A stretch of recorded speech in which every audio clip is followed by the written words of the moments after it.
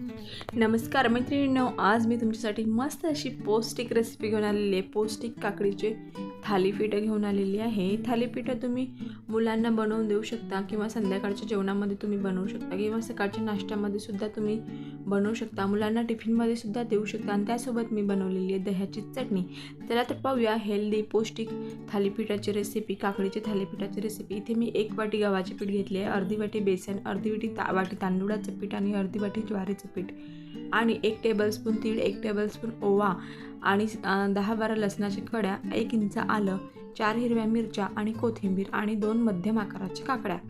So इथे आपल्याला तिखट चवीनुसार घ्यायचं आहे, लहान मुलं खात असतील ते कमी घ्यायचं आहे। सो इथे पहिले आपण दह्याची चटणी करून घेणार आहे। इथे मी 1 वाटी दही घेतले आहे आणि 4 ते 5 हिरव्या मिरच्या भाजून घेतल्या आहे आणि 5-6 लसणाच्या कड्या मिक्सरमध्ये मी बारीक करून घेत आहे। हे बघा मिक्सरमध्ये बारीक करून घेतलेलं आहे। आता हे मी दह्यामध्ये मिक्स करत आहे। इथे 1 ते 1.5 वाटी दही घेतलेलं आहे मी। जेवढे आपले इथे मेंबर असेल त्यानुसार आपण दही घ्यायचं आहे आणि ही दह्याची चटणी आपली सर्वोत्तम बनवून होते, खूप छान होते। ही चटणी जर तुम्ही ढोकळ्यांसोबत सुद्धा यूज करू शकता, ढोकळ्यांसोबत सुद्धा खायला खूप छान लागते ही चटणी। आणि ही चटणी बनवून तुम्ही लहान मुलांना टिफिनमध्ये सुद्धा देऊ शकता। चवीनुसार इथे मी मीठ टाकून घेतलेलं आहे आणि इथे आपण यावर तडका देऊन घेणार आहे आणि चवीनुसार थोडी साखर टाकून घ्यायची आहे आपल्याला। 3 ते 4 टेबलस्पून साखर टाकून घेतलेली आहे मी आणि थोडा कोथिंबीर टाकून घेत आहे। बघा मस्तच अशी आपली इथे दह्याची चटणी बनवून तयार आहे। आता इथे आपण थोडा दह्याला तडका देऊन घेणार आहे। इथे मी तेल तापवून घेतलेलं आहे, बस त्यामध्ये फक्त मी जिरं आणि कढीपत्ता टाकून घेणार आहे आणि गरम गरम तडका मी दह्याला देणार आहे, म्हणजे आपली कंप्लीट दह्याची चटणी बनवून होते। आणि तडका दिल्यामुळे त्या दह्याच्या चटणीला खूप छान अशी चव येते। तुम्ही या तेलामध्ये तुमच्या घरी जर आवडत असेल तर तुम्ही या तेलामध्ये हिंगसुद्धा टाकू शकता।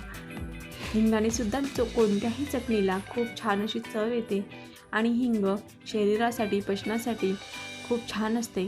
सो तुम्ही हिंग वापरू शकता। इथे मी हिंग टाकलं नाही, इथे मी फक्त जिरं टाकलं आणि कढीपत्ता टाकून घेत आहे आणि हा तडका मी आपल्या चटणीला देत आहे।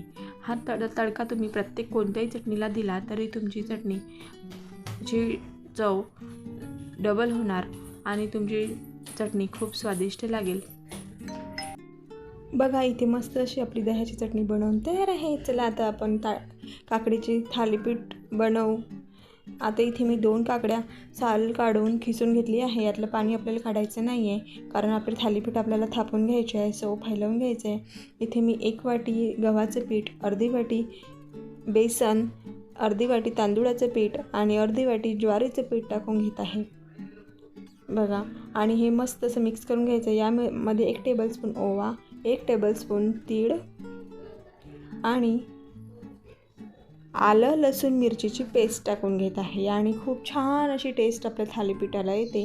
आणि मस्त हे मिक्स करून घ्यायचं आहे आणि चवीनुसार थोडं मीठ टाकून घेणार आहे आणि तुम्हाला वाटलं तर तुम्ही हळद आणि आणखी तिखट घेऊ शकता आणि गरम मसालासुद्धा ॲड करू शकता। पण गरम मसाला इथे ॲड करायची काही गरज नाही, कारण अशीच बिना मसाल्याची त्याला नॅचरल टेस्ट येते, सो ती छान लागते। आणि थोडं कोथिंबीर टाकून घेत आहे मी। बघा आपल्या थालीपीठाचं मिश्रण तयार आहे। हे छान आपल्याला हलवून मिक्स करून घ्यायचं आहे आणि यामध्ये थोडं पाणी ॲड करून घ्यायचं आहे आपल्याला, म्हणजेच की हे व्यवस्थित मिक्स होईल। आणि हे मिक्स झाल्यानंतर याला आपण 10 मिनटासाठी किंवा 20-25 मिनटासाठी रेस्ट करायला ठेवणार आहे। मस्त हे मुरू द्यायचं आहे आपल्याला भिजवून झाल्यानंतर। आणि बघा कन्सिस्टन्सीसुद्धा बघा, जास्त आपल्याला घट्ट करायचं नाही किंवा कारण आपल्याला हे फैलवून घ्यायचं आहे, असं तव्यावर धिरड्यासारखं टाकून घ्यायचं आहे। सो त्यासाठी आपल्याला थोडं हलकंसं पातळच हे लागेल मिश्रण। बघा अशा प्रकारे हे मिश्रण मी भिजवून घेत आहे आणि ही थालीपीठं आपले खूप पौष्टिक होतात, मुलांना तर फारच आवडतात आणि मुलांसाठी हेल्दी फूड आहे। तुम्हीसुद्धा तुमच्या मुलांना काही रोज असं जेवण भाजीपोळी खाऊन कंटाळा आला असेल तर ही थालीपीठं नक्की बनवू शकता. आणि काकडी तर प्रत्येक सीझनमध्ये मिळते, सो नेहमी अवेलेबल असते काकडी. तुम्ही केव्हाही काकडीची थालीपीठं बनवू शकता किंवा याची भाजणी बनवून ठेवू शकता. बघा आता मी अर्ध्या तासासाठी हे असंच झाकून ठेवणार आहे. त्यानंतर आपण थालीपीठ बनवायला घेणार आहे. सो इथे मी तव्याला मस्त असं तेल लावून घेत आहे आणि आपण इथे आपलं थालीपीठ बनवून घेणार आहे. आणि बघा तवा मस्त असा गरम करून घ्यायचा आहे आपल्याला छान. आणि त्यानंतर स्लो मीडियम फ्लेम करायची आहे. आणि त्यानंतर आपल्याला हे आपलं मिश्रण व्यवस्थित असं एकसारखं तव्यावर फैलवून घ्यायचं आहे.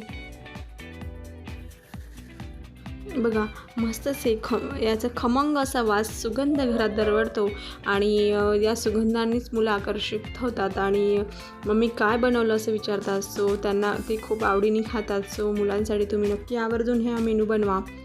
बघा आणि पोटभर असं मुलांचं जेवण होते. आपण म्हणतो ना मुलं जेवण करत नाही, तर मुलांना तुम्ही असं काहीतरी यम्मी बनवून द्या. मुलं नक्कीच पोटभर जेवण करतील आणि हेल्दी पौष्टिक आहे. त्यामुळे त्यापेक्षाही उत्तम आपल्यासाठी काय असू शकते जर मुलांनी इतकं हेल्दी आणि पौष्टिक थालीपीठ खाल्लं तर. आणि बघा असं मस्त शेकून घ्यायचं खमंग तेल लावून दोन्ही बाजूनी. आणि तुम्ही हे मुलांना टोमॅटो सॉससोबतसुद्धा देऊ शकता आणि चटणीसोबतसुद्धा देऊ शकता. इव्हन तुम्हीसुद्धा हे कशासोबतही खाऊ शकता. सो बघा मस्त असं माझं थालीपीठ बनवून तयार आहे. आणि माझा हा व्हिडिओ ही रेसिपी तुम्हाला आवडली असेल तर नक्कीच तुमच्या मैत्रिणींना शेअर करा, रिलेटिव्हजना शेअर करा. आणि माझं व्हिडिओ तुम्हाला आवडला असेल तर माझ्या चॅनलला लाईक शेअर सबस्क्राईब करायला विसरू नका. बघा मस्त असं माझं हे थालीपीठ बनवून तयार झालं. रंगसुद्धा सुरेख आलेला आहे, अप्रतिम रंग आलेला आहे मस्त. आणि थालीपीठसुद्धा खूप छान असं बनवून झालेलं आहे. आणि बघा मस्तच असं बघा माझी दह्याची चटणीसुद्धा